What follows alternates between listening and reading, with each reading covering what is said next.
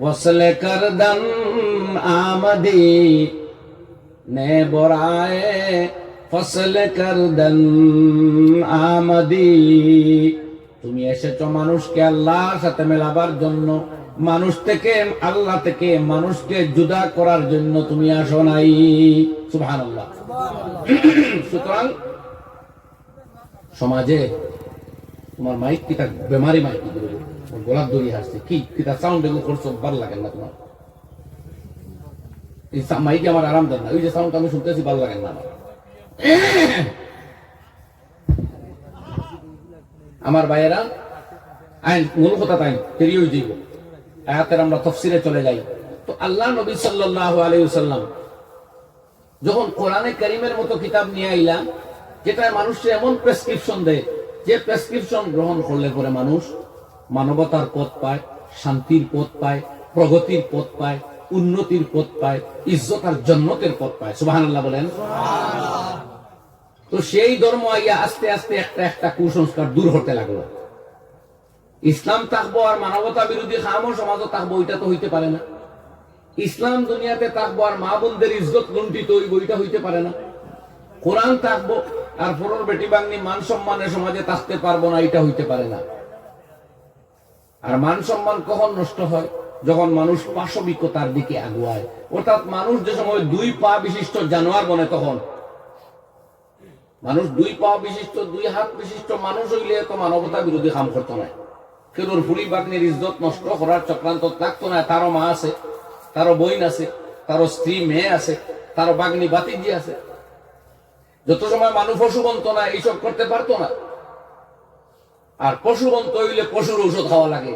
এই পশুত্বর দিকে লইয়া যায় এমন কিছু কর্ম আছে, এইগুলা উৎখাত না করলে মানুষকে পাশবিকতার হাত থেকে বাঁচানো যায় না। এই জন্য কোরআনে কারীম সূরা মায়েদার এই 90 নম্বর আয়াতে আল্লাহ ঘোষণা দিলেন, ইয়া আইয়ুহাল্লাযীনা আমানু ইন্নামাল খামরু ওয়াল মাইসিরু ওয়াল আনসাবু ওয়াল আজলাম রিজসুম মিন আমালিশ শাইতান ফাজতানিবুহু লাআল্লাকুম তুফলিহুন। আল্লাহ জানাইয়া দিলা, হে ঈমানদারগণ, ও মাই বিলিভার্স, হে আমার বিশ্বাসী বান্দাগণ, যারা এতদিন কুসংস্কারাচ্ছন্ন ছিলে, তোমরা জায়েজ না জায়েজ বুঝতায় না, হালাল হারাম বুঝতায় না, নবী মুহাম্মদুর রাসূলুল্লাহ সাল্লাল্লাহু আলাইহি ওয়াসাল্লাম পাইয়া, আমি আল্লাহর কালাম কোরআন পাইয়া এখন তোমরা হালাল আর হারাম বুঝছো, জায়েজ না জায়েজ বুঝছো, বাঁচার পথ পাইছো।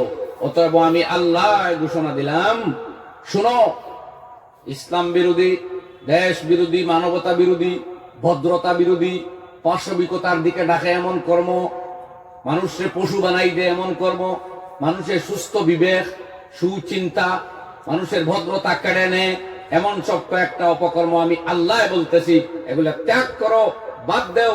এগুলা তোমাদের কর্ম নয়, আমার হুকুম নয়, বালা মানুষের কাজও নয়, এগুলা শয়তানের অপকর্ম, নোংরা, নাজায়েজ, হারাম। সুবহানাল্লাহ বলেন। সুবহানাল্লাহ। নাম্বার 1 আল খামর, মদ। যে বস্তু খাইলে নেশা হয়, মদ হইতে আমরা সবে বুঝি, কিন্তু শরীয়তে এই মদর সাথে আরেকটা সংজ্ঞা জড়িয়ে দিছে।